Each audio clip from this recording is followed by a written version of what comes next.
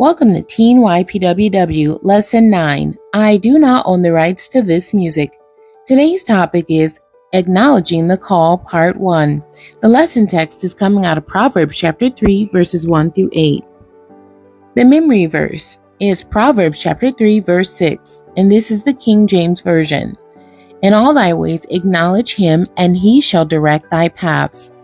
The key for today's lesson: pray to God for divine directions on major decisions. Focus. God is concerned about every detail of your life.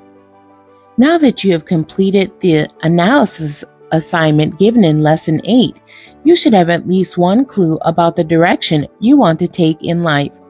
I know this elimination exercise may seem a little frightening at first. Making a choice in one area causes you to let go of other areas of choice. But that's okay. It is important that you make a choice. Acknowledging the results of your analysis is similar to acknowledging the call in your life. When you take ownership of a direction in life, it helps to silence all the other voices and choices on the planet competing for your attention. Early on, your choice can be general in nature, but eventually you must fine-tune your selection. For example, from your analysis, you may feel that you want to be an educator by majoring in the field of education, which is a large general area. As you move forward toward this goal, you will need to decide what type of educator you would like to be: elementary, high school, college, and the subject you would specialize in.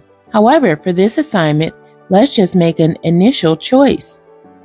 Now that you have made a choice, you can participate in activities that support that choice. Something incredible begins to happen once you acknowledge the direction of your destiny. Your inner person, your spirit, begins to love the choice that you made. It's definitely a supernatural, God-provoked phenomena. Even if you do not know everything about your career choice and all of the requirements that you need to complete, you begin to love your acknowledged choice. In Lesson 8, I referred to my undeclared major status as a freshman in college. During my freshman year, I investigated various career choices.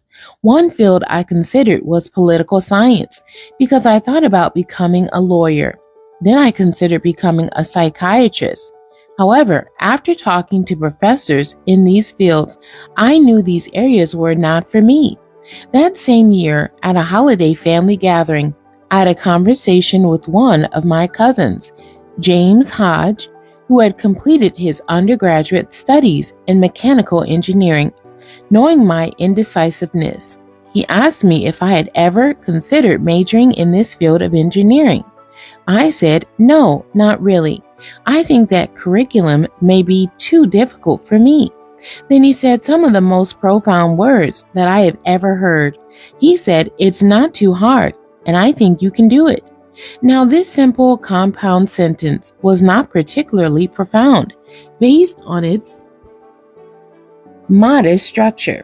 However, what made these words so special to me is that God allowed them to identify a possibility for my future that I could receive and believe. The supernatural power of God made these words connect with my inner spirit, and to me it was profound. I called this conversation with my cousin a Rama word moment, that is a divine utterance. Personal testimony. After that discussion with my cousin and after the holiday season, I returned back to school and made an appointment with the student advisor of the School of Mechanical Engineering. This was indeed a good meeting.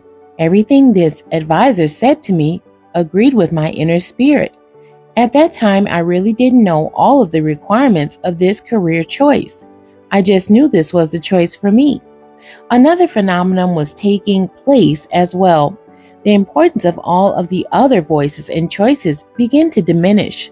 I no longer desired to inquire about other disciplines of study on campus. I knew I needed to be with the study groups in my new discipline, engineering. As I completed each semester, year after year, I grew to love and respect my selected field and choice of career. I felt warm and comfortable working each semester in the School of Engineering. This was indeed where I belonged. I just loved hanging out with my newfound friends in this academic discipline.